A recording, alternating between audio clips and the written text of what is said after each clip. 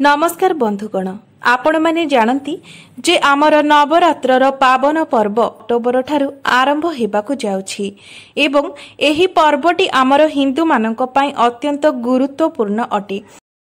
सबु हिंदू माने मिलिमिशि अत्यंत आडंबर एवं धूमधाम रे एही नवरात्र को पालन करिथांती एवं आपण माने जानती जे विदेश रे मध्य मांकर पूजा अर्थात एही नवरात्र को धूमधाम रो सहित पालन करा जाउछि। तेबे एही नवरात्रर महत्व हेउछि एही नवरात्र रे मां दुर्गा धराधाम को अवतरण करिथांती एवं निज भक्त मानकर सबु मनस्कामना को पूर्ण करिथांती। जेउ व्यक्ति मां दुर्गा को भक्ति भावर सहित पूजा करिथाए तांको निजर भक्ति अर्घ्य प्रदान करिथाए से तांकर निज भक्तर सबु इच्छा को पूर्ण करिथांती, तांको कोळेई नेइथांती। एही जेउ 9टी दिन रहिथाए सेथिरे मां दुर्गांकर 9टी रूप को पूजा करा जाइथाए।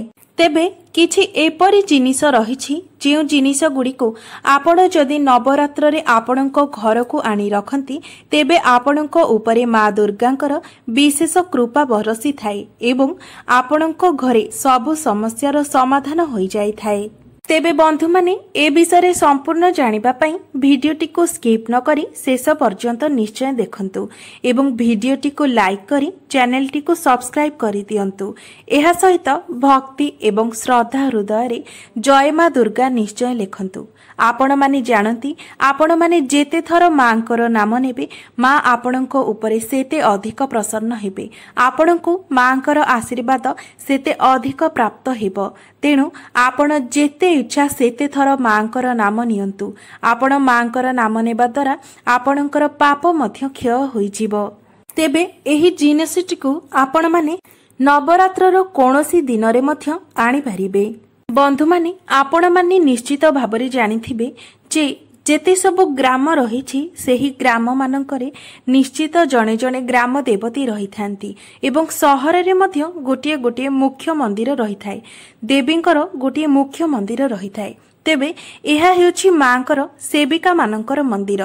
सेमाने समस्ते गाँ गाँ एवं सहरर सबु वार्ता नहीं मां को जणाई थांती, तांको भक्त मानकर सबु किछि विषय से माने मां को जणाई थांती एवं मां तांकर भक्त मानकर पूजारे प्रसन्न होई जीवा समय तांको आशीर्वाद प्रदान करिथांती। तेणु जदि आपण मध्य नवरात्रर व्रत करूछंती, आपण मध्य मां दुर्गांकर पूजा पाठ करूछंती, तेबे एही 9टी दिन आपणको पई अत्यंत महत्वपूर्ण अटे। एही 9टी दिन रे आपणको अनेक नीति नियमर पालन करिबा उचित। एही 9टी दिन रे आपण कदापि भी तामसिक भोजन करंतु नाही। एही 9टी दिन रे आपण सर्वदा सात्विक आहार ग्रहण करंतु। एहा छडा निशा द्रव्य कदापि भी ग्रहण करंतु नाही किंबा नवरात्र समय आपण दिन रे सुअंतु नाही। तेबे आसंतु जानिबा सेही उपाय गुड़िक विषय जे उपाय गुड़िक आपण एही नवरात्रि रे पालन करिबा द्वारा आपण निजर समस्त मनोकामना को पूर्ण करि परिबे। तेबे बंधु माने आम मानक भितरे अनेक एपरि व्यक्ति रहिथांती जे माने कि विदेश यात्रा करिबा पई चाहिथांती किंबा तीर्थ यात्रा करिबा पई चाहिथांती, मात्र अनेक चेष्टा परे भी तांकर एही इच्छा गुड़िक पूर्ण होई पारि नथाए। तेबे आपण निजर एही इच्छा को पूर्ण करिबा पई नवरात्रि रे एक ध्वजा किणी आपणको घर को आणंतु। ध्वजा अर्थात पताका। एही पताका को आनी आपण मां दुर्गांको पाखरे अर्पण करंतु।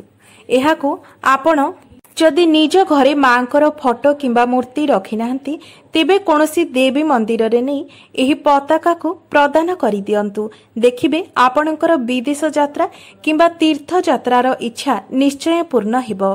तेबे आपण माने जदि आर्थिक संकटरु मुक्ति पाइबा पई चाहुथांती तेबे एही नवरात्रि समय आपण चांदीर कोनोसी एक वस्तु किणी आनंतु एवं एहा मां दुर्गा को अर्पण करि दियंतु।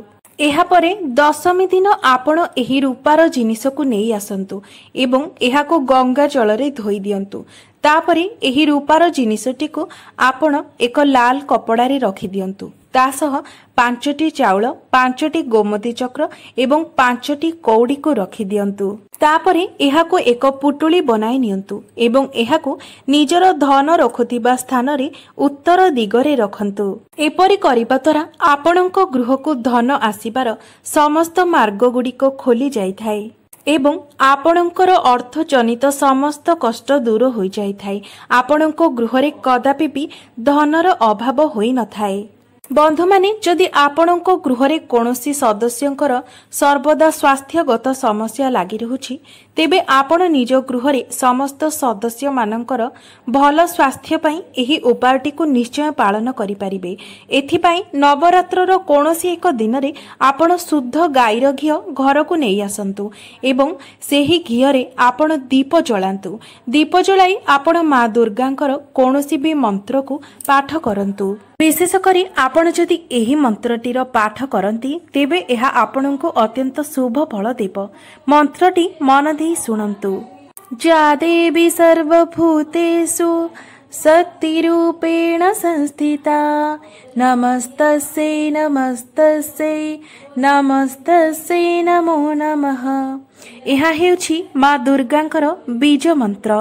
ଓମ୍ ଐଂ ହ୍ଲିଂ କ୍ଲିଂ ଚାମୁଣ୍ଡାୟ ବିଚ୍ଛେ। ଏହି ମନ୍ତ୍ରଟିର ମଧ୍ୟ ଆପଣ ଉଚ୍ଚାରଣ କରିପାରିବେ। ଏପରି କରିବା ଦ୍ୱାରା ଆପଣଙ୍କର ଯେଉଁ ରୋଗ ଥାଏ ତାହା ଧୀରେ ଧୀରେ ଭଲ ହୋଇଯାଇଥାଏ।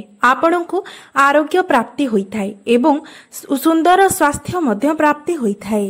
ବନ୍ଧୁମାନେ, ଆମମାନଙ୍କ ଭିତରେ କିଛି ଏପରି ବ୍ୟକ୍ତି ଥାନ୍ତି ଯେଉଁମାନଙ୍କର କି ନିଜର ଘର ନଥାଏ ଏବଂ ସେମାନେ ସର୍ବଦା ଚାହାନ୍ତି ଯେ ତାଙ୍କର ନିଜର ଗୋଟିଏ ଘର ହେଉ। ଯଦି ଆପଣମାନେ ମଧ୍ୟ ନିଜର ଗୋଟିଏ ଘର ବନାଇବାକୁ ଚାହୁଁଥାନ୍ତି ଏବଂ ସେଥିପାଇଁ ଆପଣ ସମର୍ଥ ହୋଇପାରୁନାହାନ୍ତି, ତେବେ ଏହି ନବରାତ୍ରିରେ କୌଣସି ଦିନ ବି ଆପଣ ଗୋଟିଏ ମାଟିର ଘର କିଣିକି ଆଣନ୍ତୁ କିମ୍ବା ନିଜେ ମଧ୍ୟ ଆପଣ ମାଟିର ଘର ତିଆରି କରିପାରିବେ। ତାହାକୁ ଆପଣ ମା ଦୁର୍ଗାଙ୍କ ନିକଟରେ ସମର୍ପଣ କରନ୍ତୁ। ଦେଖିବେ ମା ଦୁର୍ଗାଙ୍କ କୃପାରୁ ଆପଣ ମଧ୍ୟ ନିଜର ଗୋଟିଏ ଘର ବନାଇବା ପାଇଁ ସମର୍ଥ ହୋଇପାରିବେ। ମାତ୍ର ଏଥିପାଇଁ ଆପଣ କଦାପି ବି ନିଜ ମନରେ ଲୋଭ ରଖିବେ ନାହିଁ। ଭଗବାନ କେବେ ବି ଲୋଭ, କ୍ରୋଧ, ଅହଙ୍କାର ଏସବୁକୁ ସହ୍ୟ କରିନଥାନ୍ତି। ସର୍ବଦା ଭଗବାନଙ୍କୁ ଭକ୍ତି ମନରେ ମାଗିଲେ ହିଁ ଭଗବାନ ଏବଂ ସମର୍ପଣ ମନରେ ମାଗିଲେ ହିଁ ଭଗବାନ ଆପଣଙ୍କର ସେହି ଇଚ୍ଛାକୁ ପୂର୍ଣ୍ଣ କରିଥାନ୍ତି।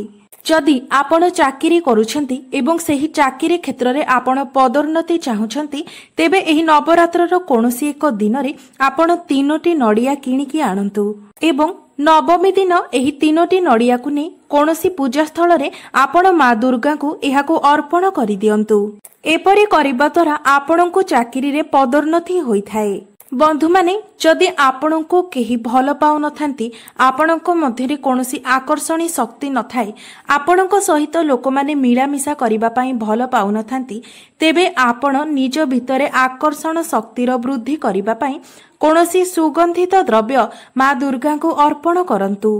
ତେବେ ବନ୍ଧୁମାନେ, ଆପଣ ଯଦି ମା ଦୁର୍ଗାଙ୍କର କୃପାରୁ ଅପାର ଧନ ପ୍ରାପ୍ତି କରିବା ପାଇଁ ଚାହୁଁଥାନ୍ତି, ତେବେ ଗୋଟିଏ ସରଳ ଉପାୟ ହେଉଛି ଏହି ନବରାତ୍ରିରେ କୌଣସି ଦିନରେ ଆପଣ କିନ୍ନରମାନଙ୍କଠାରୁ 1 ଟଙ୍କିଆ କଏନ୍ଟିଏ ନେଇ ଆସନ୍ତୁ।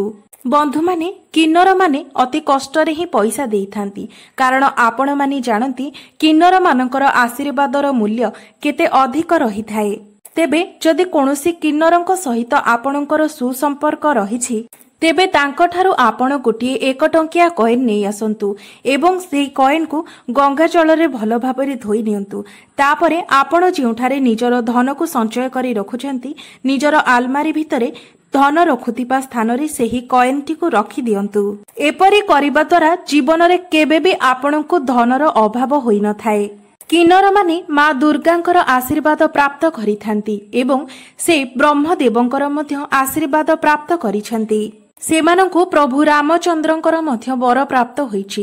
ତେଣୁ ଯେଉଁ ବ୍ୟକ୍ତିଙ୍କୁ କିନ୍ନରଙ୍କର ଆଶୀର୍ବାଦ ପ୍ରାପ୍ତ ହୋଇଯାଏ, ସେହି ବ୍ୟକ୍ତିଙ୍କର ଭାଗ୍ୟ ବଦଳି ଯାଇଥାଏ। ବନ୍ଧୁମାନେ, ଆଉ ଗୋଟିଏ ଉପାୟ ହେଉଛି, ଆପଣମାନେ ଦେଖିଥିବେ ଯେଉଁ ନାଲି ଏବଂ ହଳଦିଆ ରଙ୍ଗର ସୂତାକୁ ଆମେ ପୂଜାରେ ବ୍ୟବହାର କରିଥାଉ, ଆପଣ ସେହି ସୂତାକୁ ନେଇ ଆସନ୍ତୁ ଏବଂ ସେଥିରେ 9ଟି ଗଣ୍ଠି ପକାନ୍ତୁ।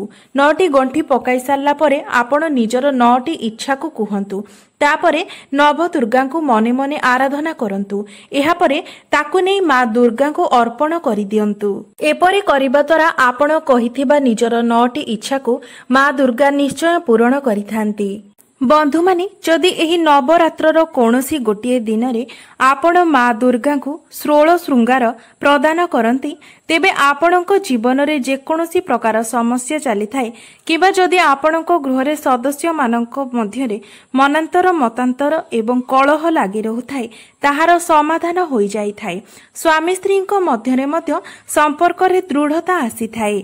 जदि आपणकर कोर्ट कचेरी मामला चली कौनसी जिनिसरे वाद विवाद लगी रही किंबा स्वामी स्त्री मध्य डिवोर्स केस चली तेबे एहार मध्य समाधान हो जाई थाए।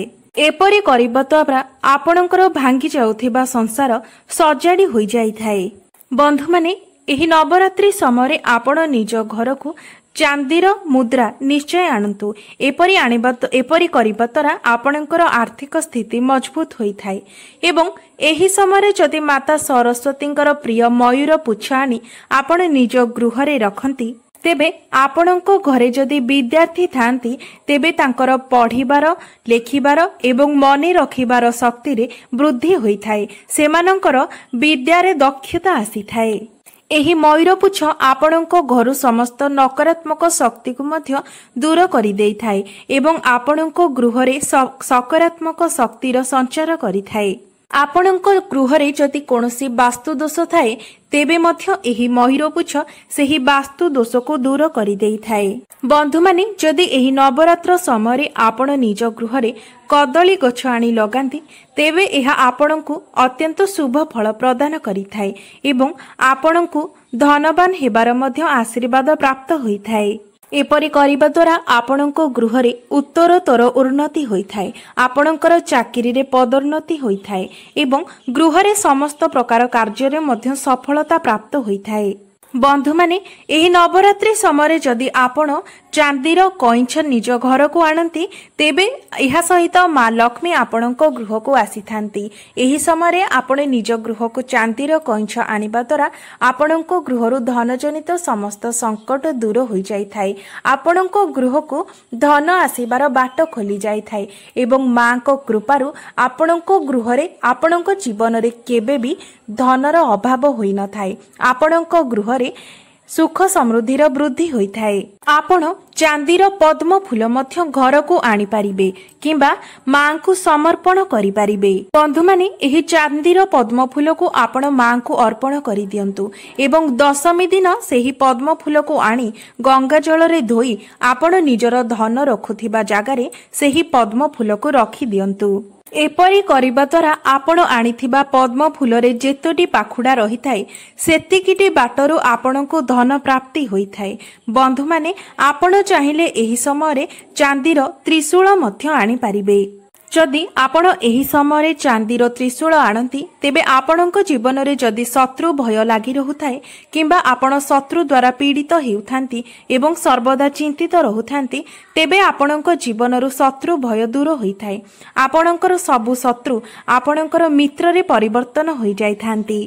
बंधु माने जदि आपण मानक भितरे कोनोसी एपरि व्यक्ति थांती जो मानक मनरे कोनोसी भी कामना नाही वासना नाही कोनोसी जिनिसर इच्छा नाही केवल भक्ति रे मग्न अछंती भगवानकर आशीर्वाद भगवानकर कृपा प्राप्त करिबा पई चाहुथांती तेबे सेमाने मां को चरण पादुका निश्चय अर्पण करिबा उचित। एपरि करिबा द्वारा आपणको सिद्धि प्राप्त होई थाए एवं मांकर कृपा प्राप्त होई थाए। बंधु माने जदि आपणकर किछि एपरि मनस्कामना रही थाए जहाकि पूर्ण होई पारु नाही तेबे आपण निजर सेही मनस्कामना को पूर्ण करिबा पई सप्तमी तिथि रे 21टी लाल रंगर मंदार फूल आनी सेथिरे एक माला प्रस्तुत करंतु एवं सेही माला को नै मां काली को भेट दियंतु तांको एही माला को अर्पण करंतु एवं निजर इच्छा को तांकर सामना रे प्रकाश करंतु। एपरि करिबा द्वारा आपणकर मनस्कामना पूर्ण होई थाए। जदि एही नवरात्र रे प्रत्येक दिन आपण मां को मंदार फूलर माला अर्पण करंती तेबे भी एहा आपणको शुभ फल प्रदान करि थाए। मात्र आपण एही माला को राति 8टा परे ही मां को समर्पण करिबा उचित। तेबे बंधु माने एहा थिला किछि जिनिस ଯେଉଁଗୁଡ଼ିକୁ ଆପଣ ନବରାତ୍ରିରେ ଯଦି ଘରକୁ ନେଇ ଆସନ୍ତି ତେବେ ଆପଣଙ୍କ ଜୀବନରୁ ଅନେକ ସମସ୍ୟାର ସମାଧାନ ହୋଇଯାଇଥାଏ। ମାତ୍ର ମନେ ରଖନ୍ତୁ, ସବୁକିଛି ପଛରେ ବିଶ୍ୱାସ ଏବଂ ଭକ୍ତିର ବହୁତ ବଡ଼ ଗୁରୁତ୍ୱପୂର୍ଣ୍ଣ ଭୂମିକା ରହିଥାଏ। ଯଦି ଏସବୁକୁ ଆପଣ ବିନା କିଛି ଭକ୍ତି ଏବଂ ବିଶ୍ୱାସର ସହିତ କରନ୍ତି ତେବେ ଆପଣଙ୍କୁ କୌଣସି ଲାଭ ପ୍ରାପ୍ତ ହୋଇନଥାଏ। ତେଣୁ ପ୍ରତ୍ୟେକଟି ଉପାୟକୁ ଆପଣ ଭକ୍ତି, ଶ୍ରଦ୍ଧା ଏବଂ ଭଗବାନଙ୍କ ଉପରେ ବିଶ୍ୱାସ ରଖି କରିବା ଉଚିତ। ତେବେ ଯାଇ ଏହା ଆପଣଙ୍କୁ ଶୁଭ ଫଳ ପ୍ରଦାନ କରିଥାଏ। ତେବେ ବନ୍ଧୁମାନେ, ନବରାତ୍ରରେ ଏହି ଉପାୟ ଗୁଡ଼ିକ ମଧ୍ୟରୁ ଆପଣ କୌଣସି ଗୋଟିଏ ଉପାୟକୁ ନିଶ୍ଚୟ କରନ୍ତୁ, ଯାହାଦ୍ୱାରା ଆପଣଙ୍କ ଜୀବନରେ ଚାଲୁଥିବା ସମସ୍ୟା ଗୁଡ଼ିକର ସମାଧାନ ହୋଇପାରିବ। ବନ୍ଧୁମାନେ, ମା ଆମର ଧରାଧାମକୁ ଏହି 9 ଦିନ ପାଇଁ ଆସିଥାନ୍ତି ଏବଂ ଏହି 9 ଦିନରେ ଯଦି ଆମେ ମାଙ୍କୁ ସନ୍ତୁଷ୍ଟ କରିଦେଉ ତେବେ ତାଙ୍କର ଆଶୀର୍ବାଦ ଜୀବନ ବ୍ୟାପୀ ଆମ ଉପରେ ରହିଥାଏ। ତେଣୁ ବନ୍ଧୁମାନେ, ଆପଣମାନେ ଚେଷ୍ଟା କରନ୍ତୁ ଭକ୍ତି ସହକାରେ ମାଙ୍କୁ ପୂଜାପାଠ କରିବା ପାଇଁ ଏବଂ ଏହିସବୁ ଉପାୟ ଗୁଡ଼ିକୁ ପାଳନ କରିବା ପାଇଁ। ତେବେ ବନ୍ଧୁମାନେ, ଯଦି ମୋର ଏହି ଭିଡ଼ିଓଟି ଆପଣମାନଙ୍କୁ ଭଲ ଲାଗିଥାଏ ତେବେ ଭିଡ଼ିଓଟିକୁ ଲାଇକ୍ କରି ଚ୍ୟାନେଲଟିକୁ ସବସ୍କ୍ରାଇବ୍ କରିଦେବେ ଏବଂ କମେଣ୍ଟ ବକ୍ସରେ ଜୟ ମା ଦୁର୍ଗା ନିଶ୍ଚୟ ଲେଖିବେ।